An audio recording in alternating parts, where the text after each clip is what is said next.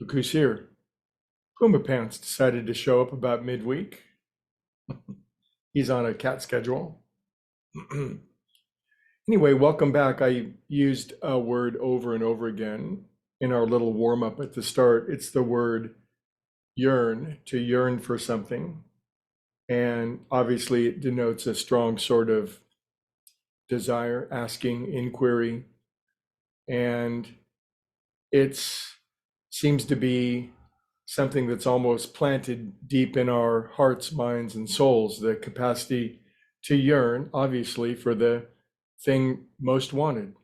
And I was sort of imagining this morning, I don't know, where do our thoughts come from? It seems as though there's an infinite repository of wisdom, and different thoughts or ideas sort of drop into our head, each and every one of us, that we can all use to improve and upgrade ourselves on a daily basis.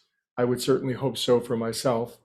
And the idea of yearning and the deep desire that I have in my soul, and I'm sure that you have in yours, but it sort of occurred to me, what would happen if if our yearnings were not heard, if they were not known to and heard, acknowledged and listened to by a power greater than ourselves?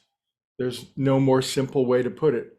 Call it God if you want, call it whatever name, but a power greater than ourselves. If our deepest yearnings of our soul were not heard, and it occurred to me, what a desperate place this universe would be. It would kind of remind me of an orphan in a Charles Dickens novel, just with no one to turn to when they're hungry or starving or cold, or they need affection or care, or they need whatever it is that they need. And how important it is, obviously, for any child to be cared for by, how fortunate a child is when they're cared for by loving parents. And it's like, do we have a loving parent? Are our yearnings heard in this universe, or are we just, organic, curious, intricate, but essentially lost, wandering organic molecule combinations in a weird corner of the universe on one of a trillion different spiral galaxies? And these great yearnings of our heart are not heard by a power greater than ourselves. And then I was reminded of this. A great spiritual master said, "Ask and it shall be given you, seek and ye shall find, knock and it shall be opened to you. For every one that asketh receiveth, and he that seeketh findeth, and to him that knocketh it shall be opened. Or what man of you is there, whom if his son ask bread will give him a stone? Or if he ask a fish will give him a serpent? If ye then, being evil, know how to give good gifts to your children, and you do, how much more shall your Father, your parent, your infinite loving higher power, which is in heaven, give good things to those that ask him?" So there was the answer to my question, and that is, our deepest yearnings are heard. And it's one of the greatest passages in all of any world scripture anywhere. It's said as succinctly as it possibly can be said. There's no subterfuge, there's no weird mythology, there's no analogy given, there's no sheep, there's no cows, it's straightforward. Ask and you shall receive, knock and it will be given to you.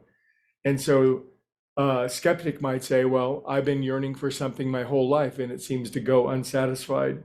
Well, that's sort of the topic this week. Once we've asked, it's our job to tirelessly meditate, contemplate, and reorganize our lives to come into alignment such that we can receive what it is that we've asked for. We've all been asking for a very long time.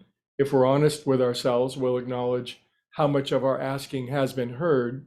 And our higher power, just like you, as a loving parent, would do anything and give anything to your child if, upon their asking, they brought themselves into a cooperation, a confluence, a coordination, an agreement with, a capacity to receive the thing that is most asked for. So I just wanted to encourage myself and to encourage anyone who's yearning, that your yearnings are heard and we are listened to, and the answer is all lined up. All we got to do is bring ourselves into alignment, become ready, become coordinated, become receptive to the things that we're asking for, and they will continually be fulfilled over and over and over again. So there, I'll see you tomorrow.